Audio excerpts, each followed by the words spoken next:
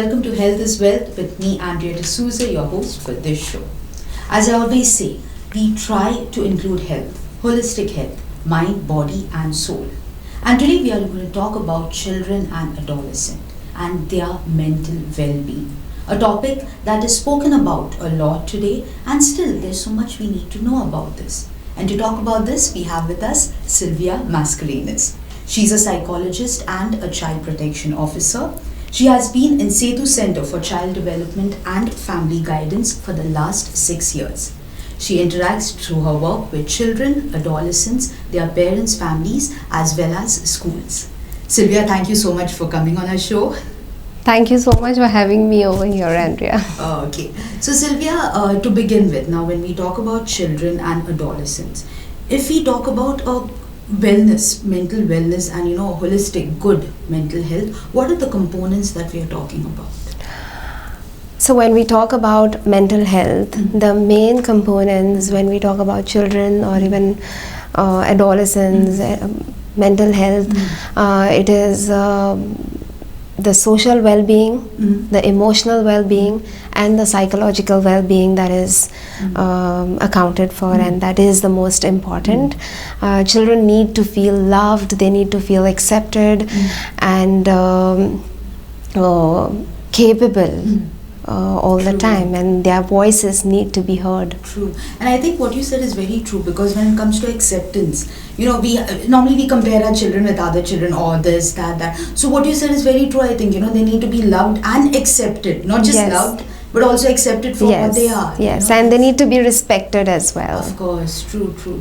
Okay, now actually I have a statistic here. Now the World Health Organization states that mental health conditions account for 16% of global burden of disease and injury in people from the age of 10 to 19, approximately children and adolescents. And the number is growing. So in your experience, firstly, why is this number growing? And this is very alarming statistic. 16% is quite large. Right. So, mental health issues are on a rise, and we clearly see it. From the way I see it, there are two causes for mental health concerns. One is the causes within the child. Okay. And the other, the way I'd like to put it, is causes outside of the child. The causes outside of the child could be the environment of the child, the society in which the child is living, the school, and the peers that the child has, and then the causes within the child could be the stress that the child is experiencing, the difficulties with learning that the child is having, because school and learning is such an important part of a child's life. Then there can be, as the child is growing up, there will be hormonal changes, biochemical changes as we call it, and the hormonal changes can, if affected negatively, can cause mental health problems in a and child. Probably during these hormonal changes that children go through, the exterior, the outside environment should be conductive, and it should be good. Because if you are, say, your school issues are not going well, your family issues are not going well, it just causes a lot of burden. Of course. True. Now Sylvia, what are the common mental health disorders we see among this age group today? So that's a great question because I feel that teenage as a phase is a phase of turbulence, and there are so many challenges that they experience, and mostly emotional challenges, because teenagehood is a time when they are seeking for autonomy, right? And that can cause them rebellious behaviors, right? Now when teenagers are going through these changes, they need to, first of all, not all the emotional concerns may result into a clinical diagnosis. So not all the emotional concerns that may be present in a child or a teenager at that time may not be a clinical mental health case, it can right? be something that can be just solved. Right. However, if there are any signs of concern that you see as a parent or as a carer, and if it is affecting the child's functioning, when I say functioning, it means a child's schooling, which is very important, and then the next thing is his peer relation, family relationships, then you need to investigate, and if there is a concern, then get help. But otherwise, because teenage that adolescent phase is described as a phase of identity crisis, so they are always doing their thing, and hence it's important to watch out, and if it is a concern, then to seek help. True. Now you mentioned emotions, and I think emotions are a very sound, important thing, because how do we really, do the entire emotion thing? So my next question to you is, how do we promote sound emotional wellness among this age group? So first of all, we need to be in the best of our health. As adults, if we have to provide good mental health, we need to take care of our own mental health, isn't it?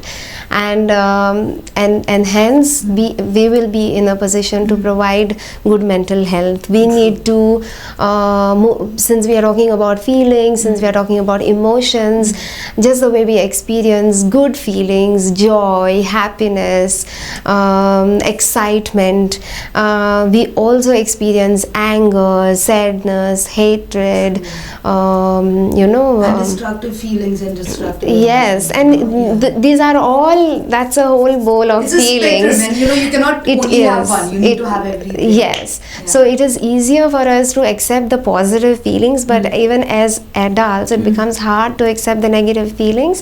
But when we accept and realize that yes, these feelings are present, first of all in our own selves, then it becomes easier to accept that yes, my child can also have these feelings, and then to help your child and to help your teenager to identify it's okay to feel this. However, what is the way to vent it out in a socially acceptable way? Very true. Yes. So that would help them. And probably educating our children, as you said, how to let those feelings go, but something in a socially accepted way. And I think for that you need to accept your feelings first. Yes.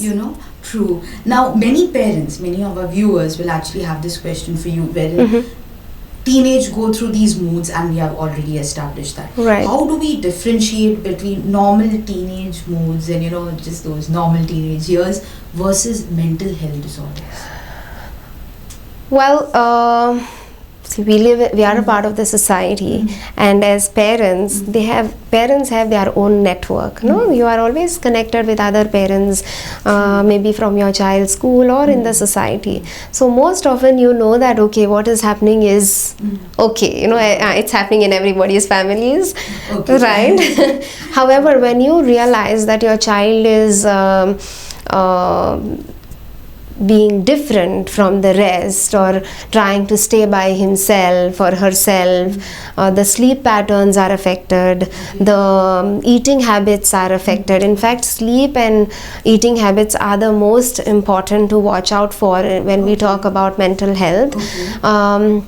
The reduction in their daily pleasurable activities, these are the things to watch out for, So a child, for instance, who always likes to go and play, all of a sudden, no, I just rather stay at home. Say something like that? Yes, or will just avoid any social gatherings, meeting out with friends and family. Okay. Yeah, or sleep a lot or sleep less. Eat a lot or reduction. Yeah. So either extremes. Yes. A lot like a change in their behavior, basically, or getting irritated for no reason. Sudden anger outburst could be cause of concern. Like I remember looking back at Setu, when a parent had come to Setu, one of the concern of the parent was this child is getting angry for no reason, and just randomly getting angry, and then we realized that there was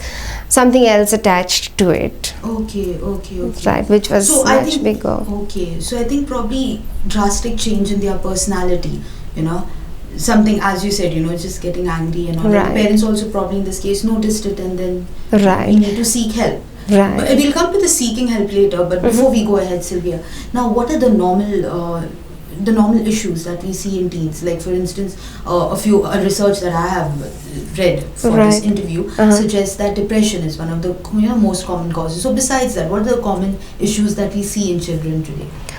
So one is definitely depression. That's like the topmost. Then we have anxiety, Okay. which is like the second. Okay. Then we have ADHD as Okay. one of the topmost reasons.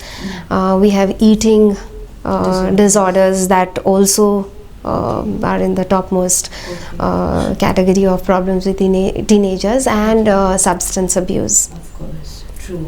Now, let's break down each disorder, slightly. So, if we start, say, with depression or ADHD, for our viewers, what is it, and how do you identify it, and what is it basically?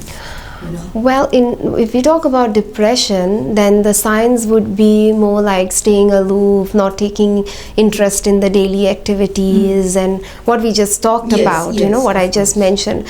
When we talk about ADHD, ADHD is a child, it's seen from childhood. It cannot appear in teenagehood, right? So an ADHD is one thing that the full form of ADHD first of all is attention deficit hyperactivity disorder, and this is seen right from childhood. So the child will be having difficulty concentrating on a task, sitting in one place, will move from here, there, everywhere, unable to finish his stuff. Writing can be very, very and not really a pleasurable thing for the child. And I think parents of such children, they'll get complaints from schools also saying, oh, your child doesn't sit in one place. So how do parents deal with that then? I mean, I'm sure many parents will think, oh, he's just being naughty or she's just being naughty, not realizing that it's something, it's a part of the child, That it needs help. Yeah. Yes, I think as parents, first of all, it's hard to say maybe there is a problem. True, so the way I would like to put it across is, if any behavior is getting in the way of your child's play, is getting in the way of your child's academics, because that is the next important the area of their life, or getting in the way they make friends, because children with ADHD can also have emotional irregulations, and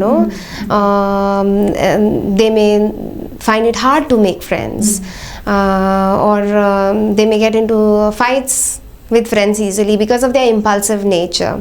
Okay. ADHD is a very broad topic, and it is. We can talk about it on and on, but to watch out if any of your child's behaviors are affecting your child's life, areas of your child's life. It can be reading, writing, spelling, maths, relationships with friends, relationships at home, temper getting in the way, then. And as you said, impulsivity, I think that could be a so huge... hyperactivity, impulsivity, and inattention. Okay. Yes, and in boys we see more hyperactive kind of behaviors, whereas in girls it is seen more like inattentive, because girls won't move around in the class, get out of the place. They'll be more daydreaming, doing some scribbling on their own. So doing their own thing while something else is happening. Yes. Okay. Yes. Now coming to anxiety. And this is something slightly new. So, I mean, we talk about anxiety, or something fell down, I got anxious.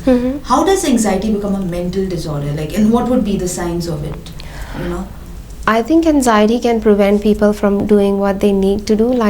Sometimes we have teenagers who find it hard to appear for their exam because they are overwhelmed with the kind of stress, and then initially they are under the teacher's wing, and then as you go on to your 10th standard it gets tougher, and I think the pressure that makes my 10th. Yes, and everybody, it's not just the parents, it's the friends, everybody is like, hey, are you ready for your 10th standard? I think that itself can put a person under a lot of pressure. Right. So anxiety is a concern because again prevents you from doing your everyday task that you are supposed to do. So you feel overwhelmed with what you need to do, which otherwise you probably would have been able to do without like a concern. And with children, initially they may be very anxious going to school. They can, if they are becoming excessively clingy to parents, Yes, or avoiding school, that needs to be looked into. It can be worked on at True. So at least these are the age. signs. So tomorrow, if a parent sees these signs in their children, they know that it's not, my child is naughty or my child is probably purposely doing it, but it might be, something that we can probably deal with in a constructive way. Yes, of Yes, course, true, of course. Yes. Now, Sylvia, you spoke about substance abuse, something that I think all parents, it's their nightmare. We don't want our children to be caught in such an issue. So, how is it a problem? What are the signs of it? And in your practice, is it an issue in Goa today? What would you say about it? It is an issue in Goa, definitely. I personally have not have worked so much Yes. to do with substance abuse. However, I think for parents of teenagers, because that's when it sets It in, starts, it is important to keep, to first of all, to educate, as parents, educate yourselves about. There is a about this whole topic. That is a website called The Guide to Good Drugs.com. Okay, all right. Yeah, Yes. and so that's where you can get information, keep yourself updated, know what your child is up to, where the pocket money is being spent, who are their friends, what is the age group, like peers is having friends within of the same age group. But when you have friends which are much older to you, then I think it's important to look out how come and what are they doing together, how much time the child is spending outside of the house, or what are the pleasurable activities like, like for example, a teenager going to play football, like, and for how long. And how much of that time is he, like, say, Actually football playing and probably, something else? Yes. So, not being too compulsively questioning your child, but just knowing what your child is doing. Yes. Yeah. And I think what you said is very true. In the site that you mentioned, parents themselves need to educate themselves about substances. What is substance abuse? The signs, the symptoms, and things like that. To be aware, because probably awareness would be the best way to actually see this issue. Yes. Okay. Now, Sylvia, if a child or if a parent watching our show now wants to really embrace a lifestyle change that is conducive towards a sound mental wellness for the entire family, any lifestyle changes that are required, and if so, what would they be? I think a good lifestyle consists of, first of all, changes within the family, in the sense the way parents and teenagers share, the kind of relationship that parents and teenagers share, and it definitely cannot be built once a teenager has reached teenagehood. so you can't say let's wake up and now we are going to do this. You cannot do that, right? Yeah. And then your teenager will wonder, hey, what's wrong with you? And mostly they rebel. Mostly Right. they would rebel in such a situation. So it's important that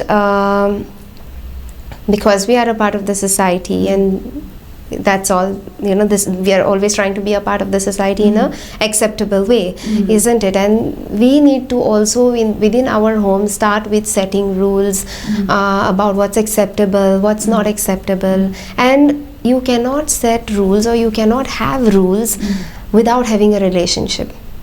So as parents, if you're going to set a rule, you need to first have a good relationship for your child to follow that rule. Right? Otherwise that will again result into rebellious behavior. Of course, true. So that's very important. And how can you build a good relationship is by telling your highlighting the good qualities of your child, what the child is capable of, making them feel loved, telling them they are lovable, giving them I love you messages, sending. Now everybody has phones, and all parents, like by the time the child is a teenager, Yes. so you can when it's hard to say something nice, you can text something nice. I think that's a good thing, because many parents, we still feel shy to tell our children Right. that they are appreciated or we love them. Right. So message them. Right. If you don't want to do it on their face, probably. Right. Yeah. And when it comes to handling the negative bit of it, if as an adult, if I am finding it so hard to manage my anger or to manage my any negative feeling of hatred, sadness, we need to imagine and we need to understand how hard it must be for the adolescent who is already going through one chaos of emotions. True. No, so if we can learn to manage our own feelings, we will then be role models to what they should like. And if they are not going to see something that they are expected to be, how will that happen? Right? They see us doing it, and that would motivate them. Right. And, that would at least make them want to do it. Right, right. And then talking about lifestyle, yes, a good mental health means having a good lifestyle. And where children and adolescents are concerned, first of all, regarding children, yes, school is very important. It's important now. The schools are so competitive, no, and we are growing, and the whole thing is changing. At the same time, it's important to know that play is the most important part of a child's life. In fact, play is a developmental component of a child's life. So if the child is not going to get time to play, how are we really contributing to their good mental health? So play for children, and as they move to teenagehood, they need to have their own hobbies. They need to engage in probably some sports activity or some exercise or whatever that will keep them fit physically. And of course, physical fitness means mental fitness, no? In sport, of course. Yes, exercise. yes. And then everybody now talks about eating good food and healthy food and home food and no eating junk. And sleep is very important. Sometimes I've noticed in my own practice that we are so focused on getting the child on time to school, then to tuitions, then we practice at home, and then we wake up our child to rehearse in the morning. That is like classes. There are some coaching classes that start at 6 in the yes. morning. Of course, there are demands of the the current trend and everything. You need to keep up, but sleep is one of the most important factor of a good mental health. In fact, whenever any professional would investigate to find out if there are any mental health concerns, they would ask about food, appetite, and sleep. Okay. So how much do you eat and how much do you sleep? Whether your sleep is okay, is it disturbed, are you able to fall asleep easily, are you not able? Sylvia, yes, now my last question to you, and a very interesting question. What are the myths of mental health in children and teenagers? That mental health means you're crazy. Well, it is not. And seeking help can be shameful. Well, not at all. If you are feeling a small backache and you can go to the doctor, you should, because you don't want it to get worse and have more severe back issues, no? Yes. Or you have a small skin thing for your child, you will say, oh my God, you don't. Yes, it's equally important that when you see something affecting your child, to get help. In fact, I have when I was doing some reading up, and what I came across is half of the mental health concerns are seen in children under the age of 14. and only 1/3 of the disorders, mental health disorders, are seen till the age of 24. So they go undiagnosed, and then they Pop up after. yeah, and then they just get worse when they could have, if they were attended earlier, probably when it was at a minor level, things would have been different for this child or this Although the person. trend is changing, I mean, we are seeking help, but not as much as we should be as per the statistics. Yes, yes, yes. Sylvia, thank you so much for coming on our show, and really a very interesting chat with you regarding mental health. Yes. Thank and, you. Yes, and this is an issue that we actually need to address today, especially today because we see our children are growing fast. Right. And like all of us, with the way things are today, there are issues that they have to deal with. As you said, it's not so that a person is crazy, it's not something to be ashamed of. Please get help. Again, another beautiful episode on Health is Wealth. As I always say, thank you so much for watching. It's me, Andrea, signing off.